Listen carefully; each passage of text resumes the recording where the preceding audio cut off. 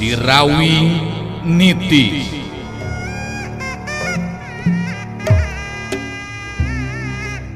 Sorot Panon Rasanti alias Munarsi, sakapeung galak gular giler, galak mataksieun anu borangan, sakapeung deui ciga anu melong kosong, arang ngiceup seperti jalma biasa. Kituna teh lantaran aya dina pangaruhna Nini Karimun Sakti.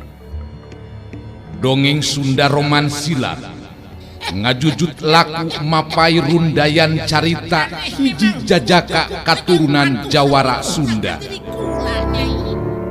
Sirawing Nitis. Sanca dawuk cengkat nangtung muterkeun paneuteup-na kasabudereun eta patempatan, narik napas panjang bari ngagerendeng ngomong sorangan. Di mana aing bisa manggihan si topeng mayitnya?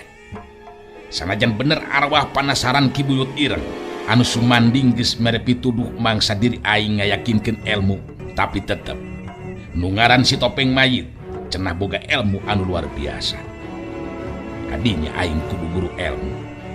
Ku cara kitu kakara bisa malaskan nyeri ka Sirawing. Sirawing Nitis digarap Kumang Inoy, naskah Yasana Yat R, pangreka jeung panyeup sora Udi Gibran, dibaturan Kukang Awe, teknik jeung editing garapan Nopan Cahya Lagawa, dibaturan Kukang Ence, pangjejer gawe Muhammad Ismail Haufansa.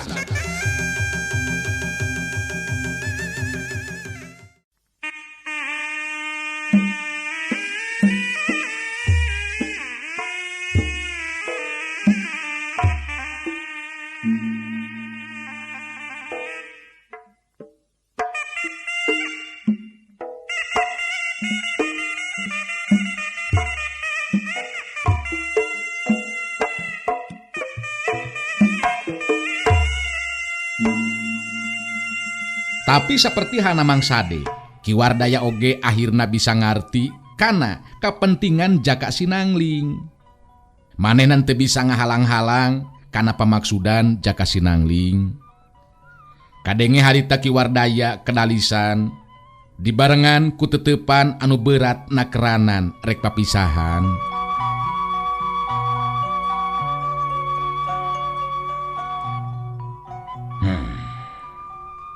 Kulanyaan teu nyangka sacongo buuk Jaka Sinangling. Upama dina poe ieu urang bakal papisahan. Kanyataan anu henteu dibayangkeun teu memehna ku diri kula. Tapi kula oge ngarti. Naon anu dilisankeun ku Jaka Sinangling estu bisa kaharti. Teu ngabibisaan ni kula oge. Kangaranan geus taun-taun tetepung jeung anu jadi kolot, malah kula pasti bakal leungiteun. Kitu deui pangeus ieu lembur tangtu ku ayana Jaka Sinangling miang teh tinangtu meureunnan kabeh pada leungiteun. Kabeh pangeus lembur bakal ngarasa leungiteun sabab nya ku ayana Jaka Sinangling di ieu lemburan ngaran ieu lembur jadi seungit sarta dikenal ka mana-mana. Nya lain kitu mangsade. Ki Wardaya dina waktu harita ngareret ka mangsade anu direret ungeuk bari terus nyarita. Mohon kitu pisan laras teu lepat pangarsa. Naon anu disaurkeun ku salira pangarsa laras pisan.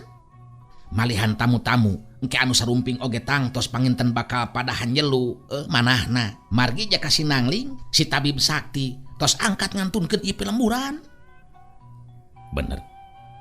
Bener mangsade. Tapi urang oge pangeus lemburan kudu ngarti jeung bisa narima kana ieu kanyataan. Jaka Sinangling memang geus meujeuhna nepungan anu jadi kolotna. Tah, Jaka Sinangling kula sakali deui nganuhunkeun kana bantuan ti Jaka Sinangling salila aya di ieu pilemuran. Atuh kula oge tur pangeus pilemuran. Menta dihampura bisi aya dosa jeung kasalahan anu teu dihaja. Munggu ari kasalahan mah teu boleh wae aya apanan. Sami abdi oge Ki Wardaya. Naon rupi anu disaurkeun ku salira, urang kudu silih hampura. Malah nganuhunkeun deui ku ayana pangjeujeut ti salira abdi tiasa ngiring bubuara di ieu patempatan. Geus jadi kawajiban jeung katangtuan eta mah keur diri kula Jaka Sinangling. Sabab ayana Jaka Sinangling bubuara di ieu pilemburan, jajauheun ka ngaheurinan, malah bisa ngangkat ieu lembur jadi seungit ngaranna dikenal di mana-mana lantaran aya tabib sakti Jaka Sinangling. Mugabe atuh sing bisa buru-buru tepung deui jeung anu jadi kolot. Upama teh mah geus tepung lawung ulah poho ka kula jeung ka ieu lembur katut pangeusina. Sanggeusna ngarasa cukup ngobrol, dijajabkeun ku paneuteup kula warga Kiwardaya salaku pupuhu pilemburan oge Mang Sade anu geus lila taun-taun ngabaturan. Harita Jaka Sinangling lunta ninggalkeun eta pilemburan. Luntana Jaka Sinangling anu ninggalkeun lembur kawaluyaan mungguh jadi bahan caritaan jalma-jalma pangeussi eta pilemburan. Kabehanana eueuh anu teu ngarasa leungiteun.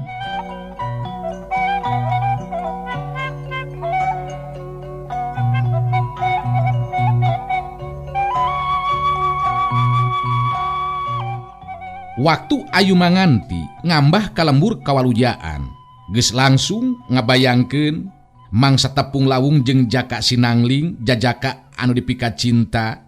Tapi waktu ayu manganti nanyakeun ka salah saurang pangeussi eta pilemburan, kaget jeung hanjelu sarta meh teu percaya meunang beja cenah Jaka Sinangling si tabib sakti geus eueuh ti eta lembur. Kajurung ku rasa panasaran jeung ngarasa kurang yakin, ayu manganti harita langsung nepungan ka Kiwardaya salaku pupuhu eta lembur. Kadatangan ayu manganti dibagiakeun sakumaha mistina ku Kiwardaya. Sanggeusna silibagiakeun sakumaha mistina, harita ayu manganti ngajelaskeun maksud kadatanganana.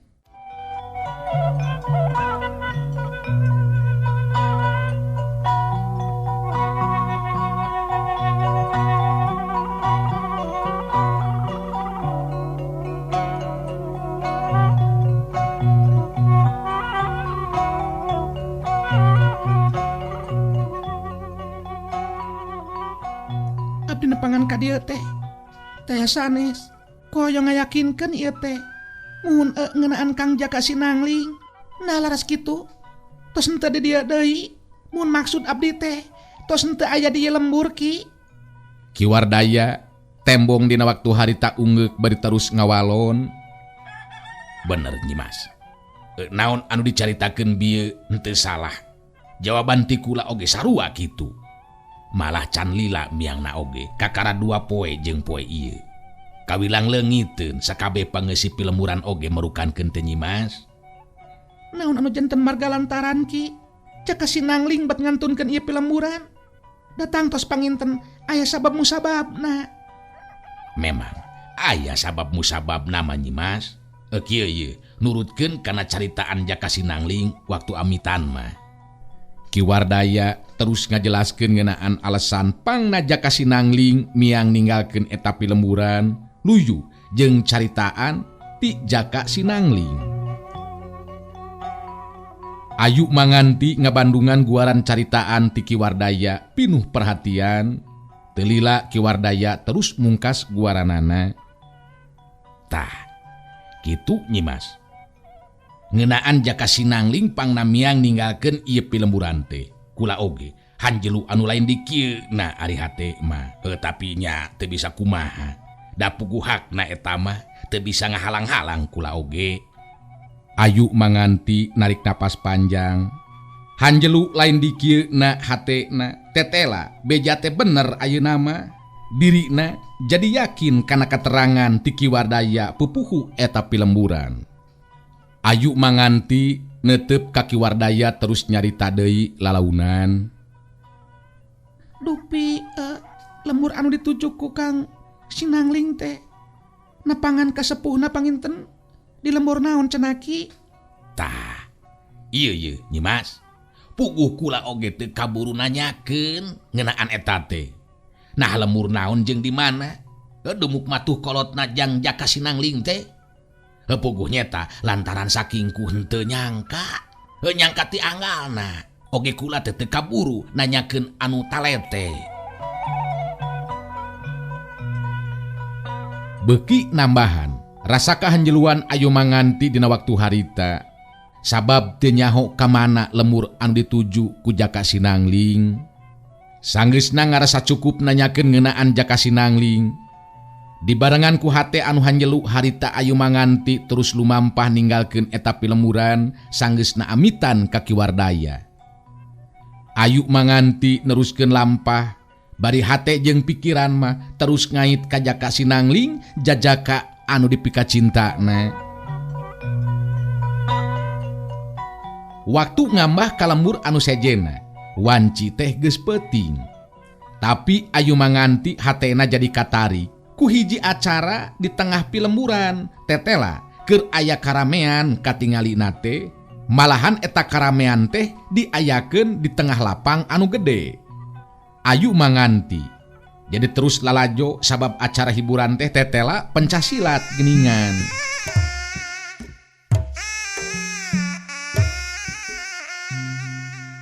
Bari milu lalajo teh harita ayu manganti nanyakeun ka salah saurang anu lalajo.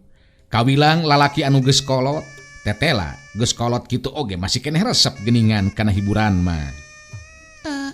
Hiburan naon ieu teh, Ki? Lain urang dia nyimasnya. Dalam urang dia bagus henteu kudu nanyakeun. Leres, abdi kebeneran bae ngalangkung ka ieu pilemburan, Ki. Apa nu ngayageun ieu acara teh Den Galungga pupuhu paguron Kilat Gading anu aya di ieu lembur. Ieu acara teh minangka tepung taunna paguron jeung heutang tuna oge dibarengkeun jeung jatuh kramina Den Galungga ka Dewi Angrum anu satiap sataun sakali toleh dibeling. Kitu tah nyimas. Oh, paguron Kilat Gading teh paguron anu aya di ieu lembur, Ki. Nya bener Nyai. Eueuh dua eueuh tilu, paguron anungan hiji-hijina di dieu. Tuh, odangan oge. Apanan loba jago-jago anu ngadon daratang heda puguh Den Galungga teh kawilang jago anu geus boga ngaran. Kitu tah Nyai. Oh, jadi anu keur silih uji pangarti dina luhureun panggung teh jago-jago ondangan meureunannya Ki nya. Bener Nyai, eta teh jago-jago ondangan anu mahaja ayeuna daratang. Geus gonta-ganti terus puguh kieu teh. Heungan Den Galungga macan naik kana panggung ieu teh. Duka teuing kunaon? Da biasana mah kana panggung. Ayu manganti musirkeun perhatianana ka panggung. Anu silih uji pangarti geus lekasan eueuh deui anu naek kana panggung. Rada lila panggung teh kosong, teu lila aya anu ngagajel ngluncat si mana horeng Galungga geuningan anu naek kana panggung teh.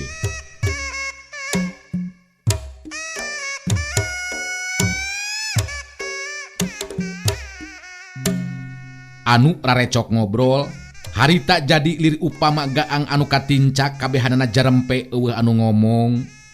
Galungga pancuh dina tangtunganana. Muterkeun paneuteupeuna kanu lalajo dina sikepna anu gagah. Teu lila terus nyarita ngahaja ditarikeun sangkan kadengi ku sakabeh anu lalajo. Kasakur dulur-dulur, bageus ieu lembur. Geus jadi kebiasaan anu rumaku sataun sakali urang ngayakeun syukuran dina ieu acara demi kajayaan rumah tangga kula. Oge kajayaan paguron Kilat Gading anu geus boga ngaran di dunya kajawaraan. Kula nganuhunkeun sabab sakabeh pangeusih pilemuran milu lalajo kana ieu acara. Oge jago-jago anu diondang pada daratang tur milu ngareuah-reuah lumangsungna ieu acara.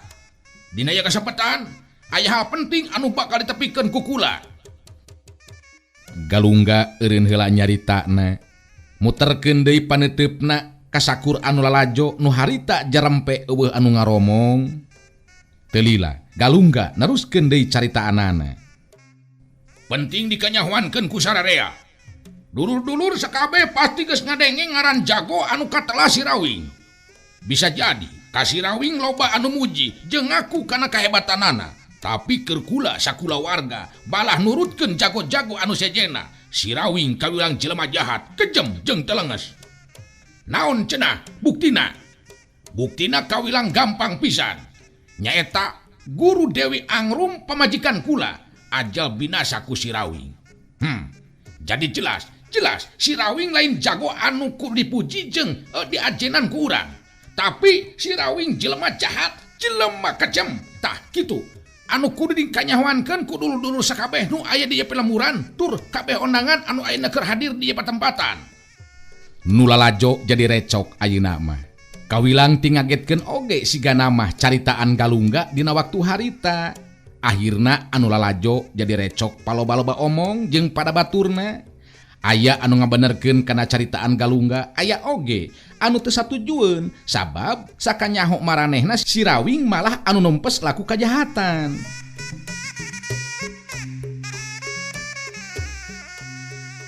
Ayu manganti milu ngabandungan kana eta kaayaan hatena barontak. Bener-bener teu panuju ku caritaan Galungga anu geus ngagogoreng ngaran Sirawing. Ayu manganti neuteup seukeut ka Galungga anu masih kene nangtung dina panggung. Ayu manganti ngomong sarangan jero hatena. Ieu jelema teh kudu diwarah sugan. Bet guru aing sorangan kawilang muji-muji jeung ngajenan ka Sirawing. Tapi kalaka ngagogoreng ngaragrageun ngaranna ngawirang anak ieu mah. Kudu diwirang ieu jelema teh. Aing teu panuju ku caritaan si Galungga. Sebab jelas Sirawing lain jelema jahat, tapi jago anu salila ieu numpes tina laku kajahatan.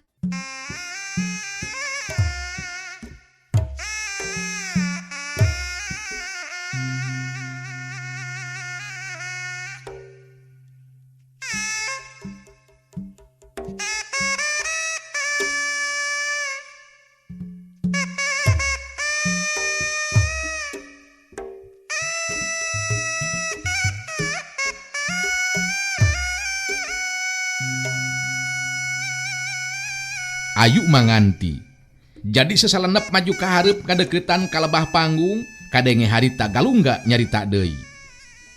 Jadi dulur-dulur di mana urang ngadenge ngaran Sirawing geus teu kudu ngajenan deui ka eta jalema sabab geus jelas Sirawing jelema jahat anu dina waktu nangke kula anu bakal nindak kasih. Galungga teu kebat nyaritana sabab harita aya anu ngagajeleng luncat kana luhur panggung gerakanana hampangna keranan. Waktu dua dampal sukuna antal kana papan panggung estu henteu nimbulkeun sora.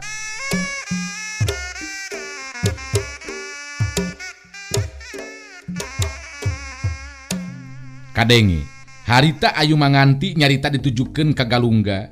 Nyaritana dibarengan ku geter tanaga lapisan. Jadi tarik bisa kadenge ku sararea anu lalajo.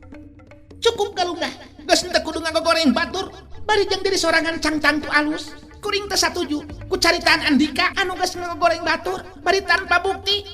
Cabut deui tah omongan Andika Galungga. Sikep jeung caritaan Ayu manganti tandes. Puguh be Galungga kaget. Kitu deui anu lalajo jadi beuki pahibut ningali wanoja geulis rupa saperti Ayu manganti wani nyarita saperti kitu ka Galungga. Galungga muncarang ka Ayu manganti bari terila terus nyarita. Siapa nih sia? Lancang bener wani naik kana panggung bari nyarita saperti kitu sia. Kurang ajar sia. Gancang, sebutkeun heula sama nih. Kuring Ayu manganti muridna Nyai Windu Apsari. Terus terang, caritaan Andika bener-bener muter balikan kenyataan anu sebenarnya. Sirawing lain jelema jahat, tapi jago sajati anu numpes kajahatan. Lamun guru Dewi Angrum pamajikan Andika nepikeun ka ajal binasa, bisa dipastikan binasana ku Sirawing teh alatan guruna Dewi Angrum jelas jelema jahat. Kumaha jelas? Pugu be, Galungga beuki nafsu ngadenge caritaan ti Ayu manganti saperti kitu. Setan sia, maneh bener-bener neangan picilakaan Ayu manganti. Wani ngomong saperti kitu lancang ti nemenan sia. Gancang minta dihampura maneh si Ayu manganti. Ngahina ka kula sarua jeung ngahina sakabeh pangeus ieu pilemburan ka asup paguron kilat gading. Teu bisa kitu Galungga. Naon anu diomongkeun ku Andika lain caritaan anu lalajo jeung pangeus ieu lemur. Andika sakuduna anu menta dihampura sabab geus lancang ngagoreng batur.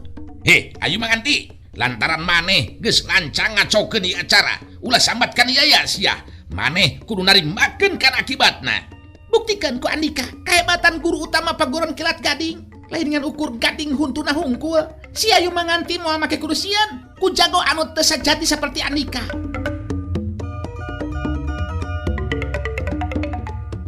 Galungga sanajan bener-bener geus nafsu tapi manehna henteu wani sambarangan tur gagabah ngalakukeun tindakan. Sabab tadi Ayu manganti geus ngajelaskeun guruna teh Nyai Windu Apsari pikeun jago anu makalangan di dunia kajawaraan. Ngaran Nyai Windu Apsari sarua dikenalna saperti halna ngaran Ki Buyut Ireng anu geus ukur tinggal ngaran.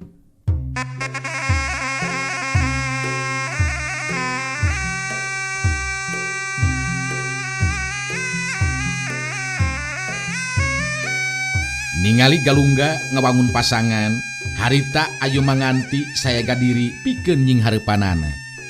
Galungga neuteup seukeut ka Ayu manganti terus nyarita deui.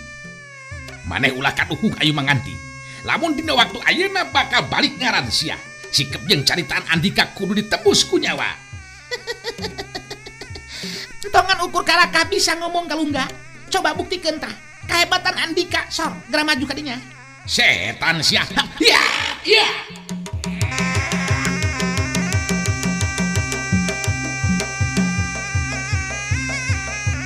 Galungga geus teu bisa nahan deui diri, harita ngagajeleng luncat maju narajang. Kangaranan panarajang ti pupuh paguron tangtu be henteu bisa dianggap enteng.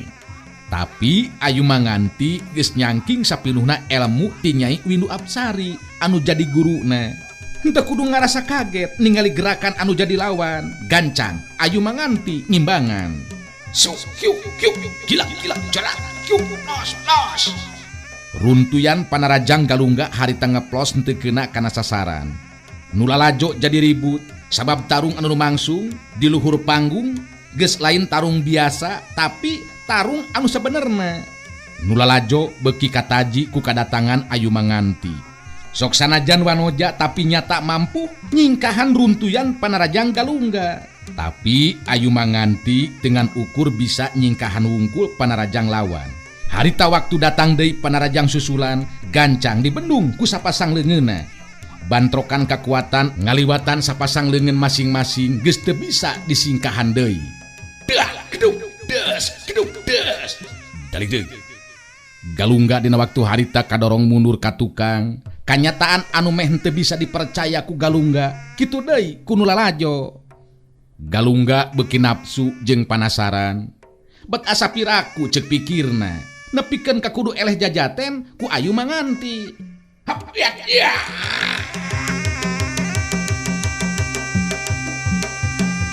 Maju deui narajang Galungga harita leuwih hebat batan tadi daya panarajangna. Sanajan masing-masing tengah gunakeun pakarang, tapi dua anak memang geus nyangking ilmu silat di tataran anu luhur. Sapasang leungeun jeung sukuna leuwih ampuh batan pakarang. Des. Galungga anu nakertanaga jeung pangartina harita kapaksa kudu narik deui dua leungeunna sabab ditakis ku leungeun Ayu manganti anu tetela. Kacepetan gerakna leuwih unggul. Nu lalajo beuki ribut ningali Ayu manganti siga anu menang angin sabab buktina leuwih tenang dina nying hareupan nu jadi lawan.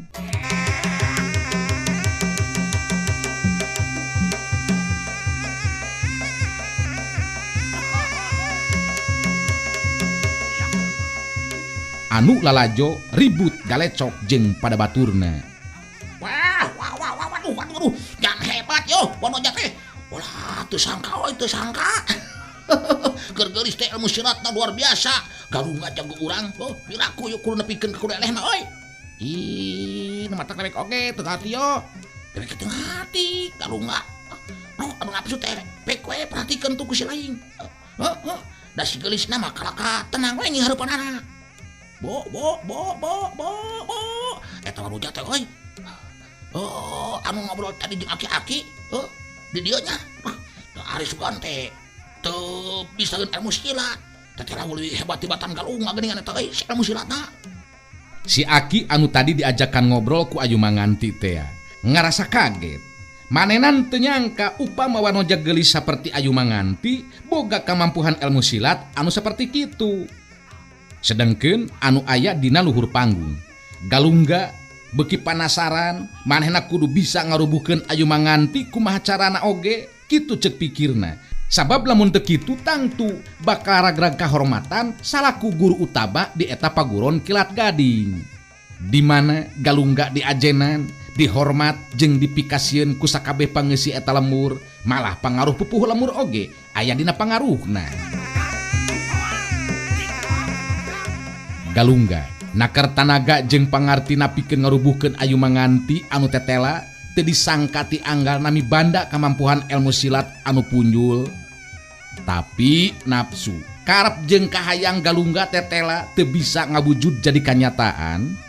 Sabab harita lain bae gempuran panarajang anu terus-terusan silih susul teh benang disingkahan jeung dibendung kulawan, tapi panarajang balasan Ayu Manganti malah henteu bisa dibendung ku dirina, ngajadikeun runtuyan panarajang Ayu Manganti ngahantem kana anggota badan Galungga. Suk kiu cileng cerlat los cileng suk cebrot cilebet dah cebrot das wala Galungga ngagero kaget, ngabangkieun ka tukang meh-mehan turun ti luhur panggung, gancang mancuhkeun deui tangtunganana bari jeung ngahegak ngatur napasna. Ayu Manganti nyerenge seuri bari terus nyarita deui. Jago anu kieu rek coba-coba ngalawan ka si Rawing. Masih kene jauh atuh ari kudu nying harepan si Rawing mah. Galungga? Kakara oge boga pangarti anu saperti kieu geus wani ngahina ka si Rawing. Walilah atuh makalangan di dunia kajawaraan teh Galungga. Ngahegak bari jeung muncarang Galungga dina waktu harita. Edan sia, nyaan maneh memang hebat Ayu Manganti. Tapi ingetkeun, dewek can rumasa eleh jajaten atawa katitih pangarti sia. Sakedeung deui dakuan sia balasan ti dewek sia, ha? Henteu kudu ngan ukur carita wungkul Galungga. Sok, geula buktikan kehebatan Andika sor. Maju.